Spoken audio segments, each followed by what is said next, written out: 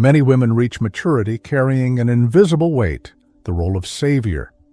From their earliest years, they were taught to resolve conflicts, soothe wounds, and hold together relationships, even at the expense of their own well-being. They became the emotional anchor for families, the fixer of crises, the one who always said yes when others were drowning. At first, this role may have felt like love, even like purpose, but over time, the cost reveals itself. Living as the eternal rescuer leaves little space to be seen as a woman in her own right. It reduces her identity to service, while her own needs quietly fade into the background. The psychological toll of this conditioning is immense. When a woman is conditioned to prioritize everyone else, she often learns to silence her own desires. She becomes adept at anticipating the needs of others while forgetting the language of her own. The result is exhaustion, resentment, and sometimes even illness, the body speaking what the soul has been forced to suppress. Jung's psychology helps us understand this dynamic through the archetype of the caregiver. When expressed in balance, this archetype embodies compassion and nurturance, but in excess, it becomes a prison. The woman loses herself in the suffering of others, believing her worth depends on carrying burdens that are not hers to bear. Daily life offers countless examples of how this savior pattern takes hold. A woman constantly answers late-night calls from friends in crisis, even when she herself is depleted. She becomes the peacemaker in family disputes, carrying the emotional labor that others avoid. In relationships, she tolerates neglect or even mistreatment, telling herself that with enough patience and care, she can heal him. At work, she takes on tasks that no one else wants, convincing herself it is her responsibility to hold everything together.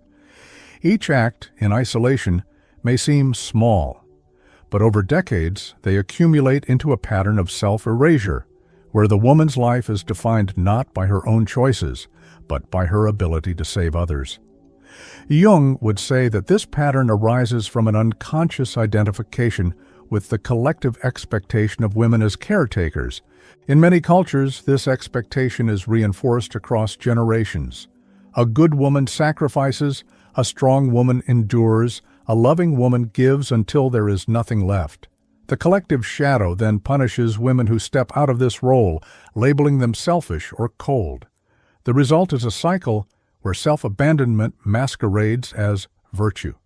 The tragedy is that in living as savior, a woman often becomes invisible. She may be surrounded by people who depend on her, but few who truly see her.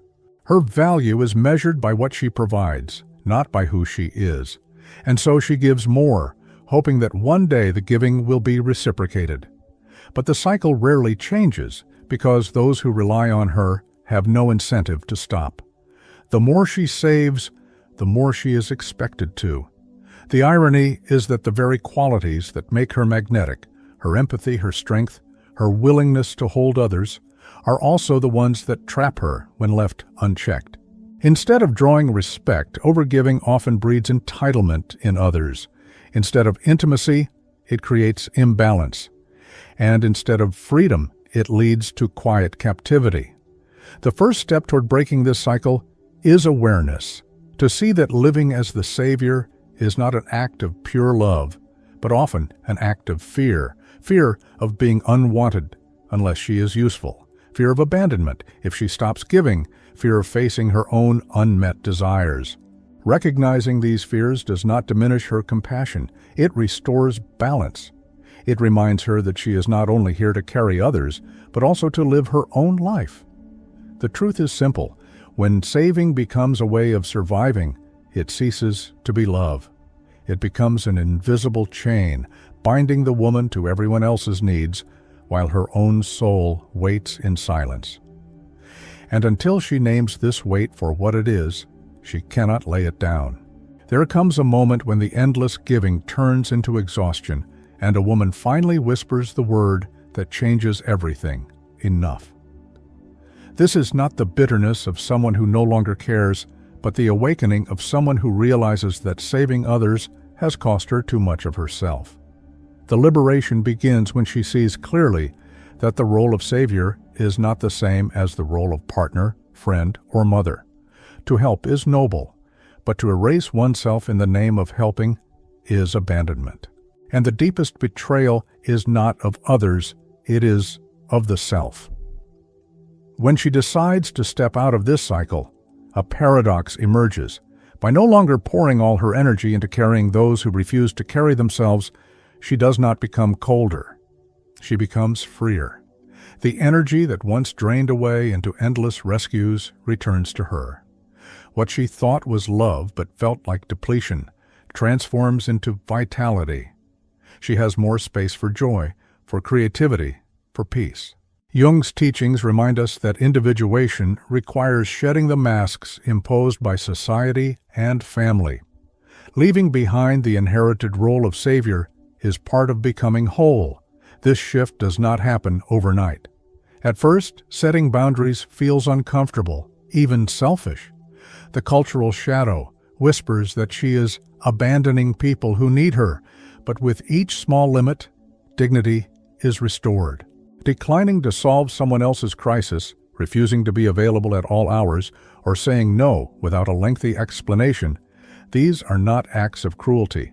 They are acts of balance. And balance is what allows love to breathe without suffocating the one who gives it.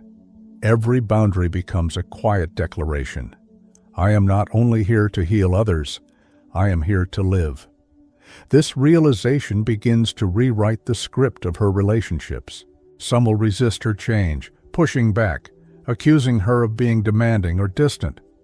But resistance only confirms the imbalance that existed all along. Those who truly value her presence adjust. They learn to meet her not as a savior, but as a partner. And in this adjustment, mutual respect is born. The psychological relief is immense. By saying basta, she releases herself from the endless burden of responsibility that was never fully hers. Her nervous system calms, her sleep deepens, her laughter returns. She begins to feel lighter, not because her life has fewer challenges, but because she is no longer carrying challenges that belong to others. The paradox becomes clear. The less she tries to rescue everyone, the more energy she has to live her own life fully. Jung's lens shows this process as individuation in action. To individuate is to step out of roles that suffocate the soul and into authenticity. For women conditioned to believe their worth lies in saving others, the act of saying enough is revolutionary. It is not a rejection of compassion, but the birth of compassion that includes the self. The truth is that the moment a woman withdraws from the role of eternal savior, she does not lose love. She makes space for real love. Love that flows freely, without chains of obligation. Love that allows her to give from fullness instead of emptiness. Saying basta is not the end of her care for others. It is the beginning of her care for herself. And in that care, dignity, balance, and true freedom are restored. When the role of savior is finally laid down, what emerges is a spaciousness that many women have not felt in decades. The energy once poured into rescuing, fixing, and carrying others begins to return like water flowing back into a well. At first, this emptiness may feel strange, even frightening, because so much of her identity was tied to being needed. Yet soon, the silence transforms into possibility.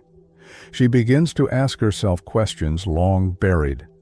What did I once love before life became an endless act of giving? What dreams did I set aside to make space for everyone else? And slowly, the answers begin to rise. This redirection of energy creates fertile ground for self-discovery. Hobbies once abandoned resurface with new vitality. A woman who once spent evenings calming others' storms may now pick up a paintbrush, return to her garden, or enroll in classes she had always postponed. Friendships neglected under the weight of constant availability begin to bloom again. Even forgotten projects, books half written, ideas set aside, suddenly receive her renewed attention. What seemed impossible when all her energy was drained by others becomes not only possible, but deeply fulfilling.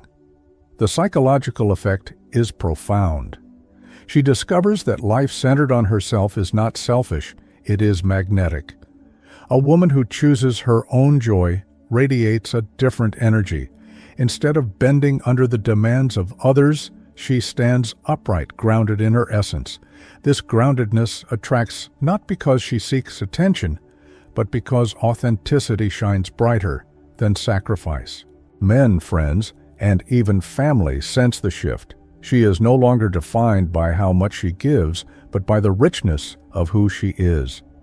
Jung would describe this as the emergence of the self. Individuation is not about rejecting others, but about integrating all the forgotten parts of oneself into wholeness. By stepping out of the savior role, the woman allows her authentic desires to resurface. What she finds is often surprising, not only passion, but also peace. She realizes that she does not have to perform worthiness through service. Her worth is inherent, and the more she lives from that truth, the freer she becomes. The archetype of the queen symbolizes this transformation. Unlike the savior who bends endlessly, the queen stands tall, choosing with discernment. She does not rescue indiscriminately. She rules her life with wisdom and responsibility to herself first. This is not coldness, but sovereignty. By choosing herself without guilt, she models a new way of being, a way in which care is offered without self-erasure, and love is shared without depletion. Everyday examples reveal the beauty of this rediscovery. One woman, after years of carrying a partner's emotional chaos, chose to step away and found her way back to music. Another, after decades of putting her children's needs above her own, began traveling alone and discovered joy in her own company. A third reclaimed her health by investing time in movement and rest rather than constant caretaking. Each story reveals the same truth. When the energy once given to others is redirected inward, life expands. The magnetism that emerges from this expansion is unmistakable. A woman who chooses herself exudes presence. She is not chasing, proving, or justifying. She lives with quiet confidence that draws admiration naturally. People feel drawn not because she saves them, but because she saves herself. And in doing so, she creates a model of wholeness that inspires others. This phase of rediscovery teaches that centering oneself is not abandonment of love. It is its renewal. By reclaiming the space left empty when she stopped rescuing, she fills her life with her own dreams, friendships, and passions. What arises is not loneliness, but vitality. And that vitality, once awakened, becomes the deepest source of strength. When a woman stops living as the endless solution to everyone else's problems, her relationships begin to shift in ways both subtle and dramatic. Those who were accustomed to leaning on her without giving back may suddenly grow distant. They may accuse her of being selfish, of changing, of no longer caring as she once did. But what is truly happening is that the unbalanced dynamic has been exposed. People who only stayed because of what she could provide often leave when she no longer offers herself without limits. Though painful at first, their departure is a gift. It reveals who was consuming her energy without truly valuing her presence. At the same time, another transformation begins. Those who genuinely appreciate her, who see her not as a savior, but as a whole person, begin to approach differently. Instead of taking, they offer. Instead of assuming her availability, they respect her boundaries. These are the relationships that deepen, built now not on dependency, but on reciprocity. What once felt like weight becomes partnership. The woman realizes that by stepping out of the savior role, she has created a filter. Those unwilling to meet her in balance fall away, and those capable of maturity draw nearer. Carl Jung would say this process reflects individuation not only within the woman, but also within her relationships. By refusing to embody a role that no longer serves her, she forces others to confront themselves. Some will resist, unwilling to grow. Others will accept the challenge, adjusting to meet her new clarity. In both cases, truth emerges. The false bonds dissolve, and authentic ones strengthen. Stories from real life illustrate this clearly. One woman, after years of cleaning up her partner's financial chaos, finally refused to intervene. Though angry at first, he eventually sought professional help and admitted that her refusal had forced him to take responsibility. Their relationship, once built on her rescuing, began to shift toward respect. Another woman, who had always been the mediator in her family's disputes, chose to step back. At first, relatives accused her of abandoning them, but over time, they learned to resolve conflicts themselves, and she was finally free to participate as a sister and daughter rather than a referee. In both cases, the change was not easy, but it was necessary. The immediate impact of no longer saving can be uncomfortable. Silence replaces constant requests. Certain people disappear, old dynamics collapse. Yet beneath the discomfort lies freedom. The woman begins to see that her energy is no longer scattered across endless obligations. She can now give with choice rather than compulsion. She begins to understand that her presence is valuable, not because she fixes everything, but because of who she is. And those who remain in her life treat her accordingly, with gratitude, respect, and balance. This shift also redefines intimacy. A partner who once leaned on her to be his healer must now stand as her equal. If he cannot, the relationship falters. If he can, it grows stronger than before, because it is built not on imbalance, but on shared responsibility. The paradox is that by refusing to rescue, she does not destroy love. She creates the conditions for real love to appear. What once was endless sacrifice becomes a sacred boundary. What once was depletion becomes dignity. And what once was dependency becomes partnership. This is the impact of stepping away from the role of savior. The woman no longer loses herself in the name of others, and in doing so, she gains relationships that honor her essence rather than consume it. Choosing herself is the ultimate act of love a woman can give, not only to her own life, but also to the generations that follow her. After years of being conditioned to save, to heal, to hold everything together, she begins to understand that turning that devotion inward is not selfishness. It is balance. The clarity that comes with this choice is liberating. To care for herself first is to create a foundation from which every other relationship can grow in health. Jung would call this individuation, the process of aligning with the center of the soul rather than with inherited roles that no longer serve. When she chooses herself, something shifts inside. Anxiety softens because she no longer measures her worth by how much she gives away. The pressure to solve everyone's problems fades, replaced by the calm recognition that each person must carry their own journey. What once felt like obligation now feels like freedom. Her energy is no longer scattered in 100 directions, but focused on what truly matters. In this new rhythm, she rediscovers joy, mornings that belong only to her, dreams resurrected from years of silence, and relationships that feel lighter because they are chosen, not carried. This self-choice also inspires others. Women around her notice the change and begin to ask themselves the same questions. What if my worth is not tied to my sacrifices? What if caring for myself is not abandonment, but strength? By embodying this shift, she shows that it is possible to break the cycle. She becomes an example not through speeches, but through presence, her boundaries, her calm, her refusal to apologize for needing reciprocity. In her authenticity, she quietly leads others toward their own liberation. The transformation of solitude is perhaps the most profound. What once felt like emptiness now feels like sanctuary.